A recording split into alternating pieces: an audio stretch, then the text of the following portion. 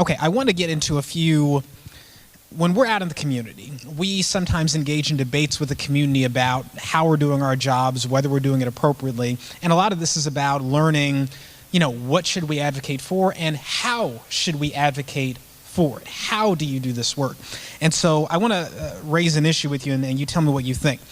Some Muslims, here and especially abroad, insist that we should not engage in public activism. And they say the Prophet, may peace, blessings, and prayers be upon him, ordered us to obey our rulers even if they're unjust, and that therefore we shouldn't protest, we should not engage in civil disobedience, we shouldn't even publicly criticize government leaders, that we can only privately and directly speak criticism to them at all. That's all. On the other hand, other Muslims will say, well, hold on now. The Prophet, may peace and blessings be upon him, said that speaking truth to power to a tyrant is a laudable act, and engaged in public criticism of society around him.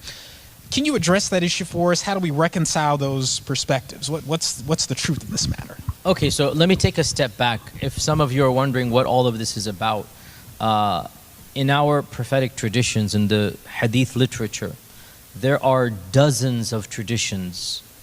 If you haven't read them before, they come off as rather strange or rather bizarre, because our political paradigm here in America is very different than classical Sunni, paradigms. And there are many traditions in which we are told to obey our rulers and leaders. This is in pretty much every single book of tradition, not just one tradition out there. To hear and to obey as long as they don't command you to disobey. Okay, so if they say something you don't like, by the way, this type of authoritarianism is like in the military, for example, just do it.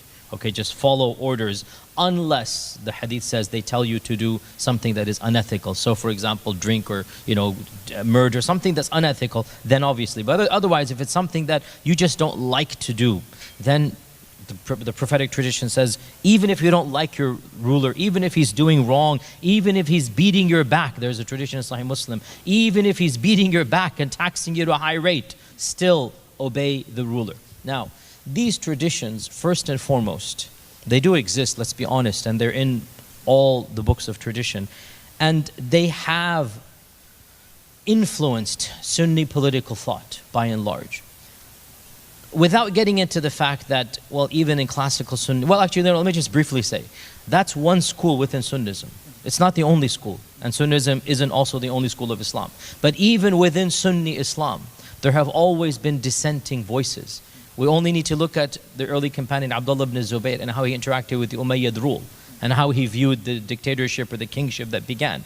So even within the Sunni tradition, there is a spectrum of opinion about how these need to be interpreted, firstly. Secondly, let's also realize that those traditions, even if we were to act upon them and believe them, the question is, do they apply in modern circumstances?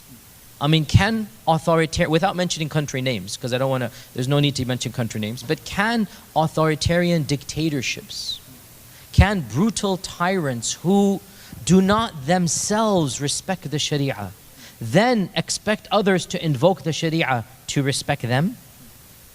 You see, these traditions, if you were to be a classic Sunni theologian, let's just suppose you're coming within the paradigm of the faith 100% and not looking at modernity, just looking completely at the text, they actually apply to a legitimate caliphate, like the Umayyads, the Abbasids, the Ottomans, like a caliphate that's a global caliphate that anybody, who's a Muslim can come and live in that caliphate, and the laws of Islam are applied at a street level, at a society level. So a person can feel, okay, I'm a Muslim and the society is a Muslim society.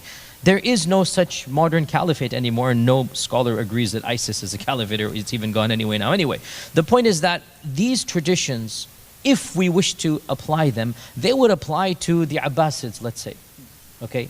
A bona fide, legitimate caliphate where maybe even if the caliph himself has personal sins that they're dealing with, whether it's taxes, whether it's, alcohol, whether it's not observing the prayer, that's a personal sin between him and God. But society overall would be a society based upon the ethics, the ethos, the values, the paradigm of Islam. So in that paradigm, our Prophet is saying, let the caliph and his personal sins be between him and God. You should not revolt against a legitimate caliph, because revolting inevitably causes more harm than good. So even if we were to acknowledge the legitimacy of those traditions, and at some level I do, the question is, would they even apply to a modern nation state in the Middle East or in the far Southeast Asia that's not even claiming to be rooted in the tradition of Islam? And by and large, people are going to say no. Scholars and theologians say no. And this leads me to a very awkward reality that we need to be explicit about. Scholars are human beings, they're not angels. So if a scholar of a certain country whose paycheck comes from that country conveniently happens to quote these traditions, it's okay to question that person's intentions. There's nothing wrong with that. Go to a scholar who's neutral. You know, I mean, if a person is living within a repressive regime, and you know, I'm not even impugning dishonesty. Maybe they feel their life is threatened in that country. Maybe they feel that, you know, something's going to happen to them physically harmful, and so in our religion we believe, you know, when you're coerced to do something, you might be forgiven for doing that. So we should be suspect of groups of scholars, not all the scholarly class, of groups of scholars who happen to give fatwas that legitimize the very systems that they're benefiting from. That's okay. All that we need to do, don't just discredit all scholars, go to scholars outside of that little paradigm. So suppose one country is undergoing certain issues and whatnot.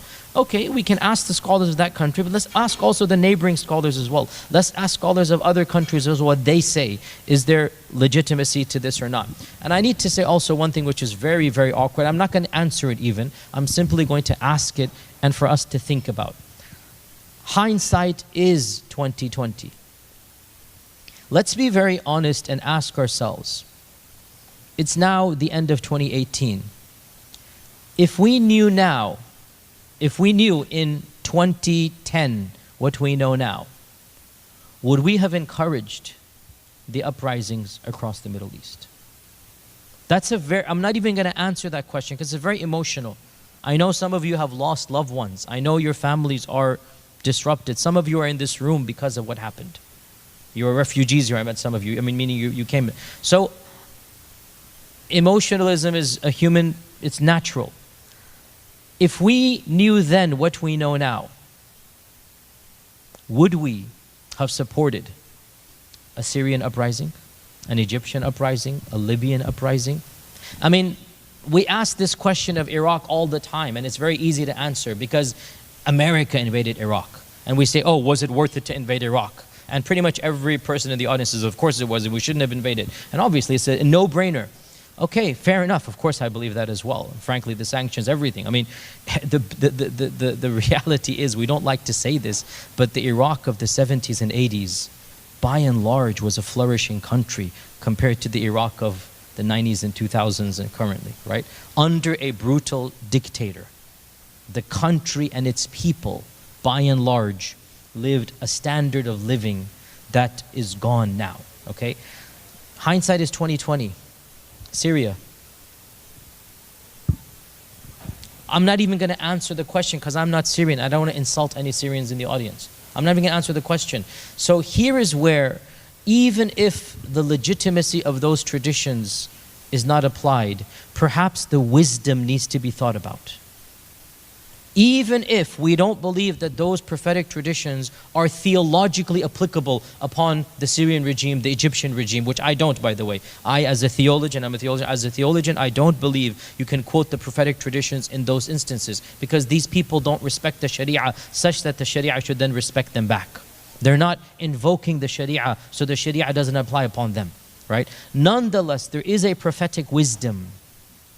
And that prophetic wisdom is that, generally speaking, 99 times, not 9 out of 10, 99 times out of 100, generally speaking, unsheathing the sword against your ruler will cause more bloodshed and civil war than what was before.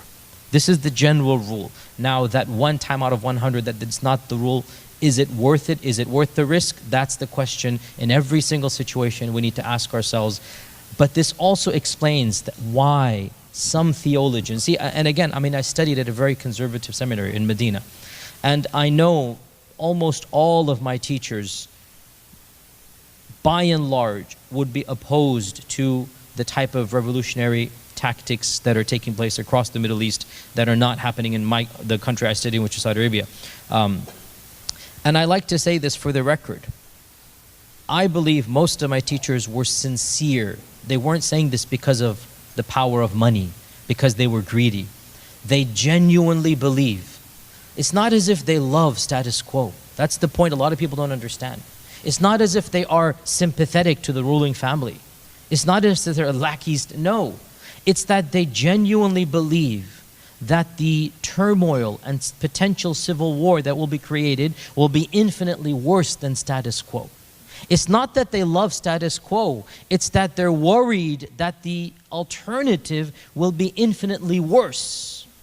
So they are content to support status quo, not out of a love. And here's the point. A lot of our scholars that support what's going on, they don't do it because they're paid. Some of them do, I understand this. And by the way, you can tell simply by the language. Those that bend over backwards, those that go the full 9 yards, you can kind of tell those that are really glorifying, versus those that are like, no, we should be patient, we should, you can tell by the language. If you know the theological language, there are those who, yes, they are definitely, propagandists for the status quo. And then there are those who understand, or who at least believe sincerely, that status quo is better than the potential chaos and anarchy that an alternative might bring.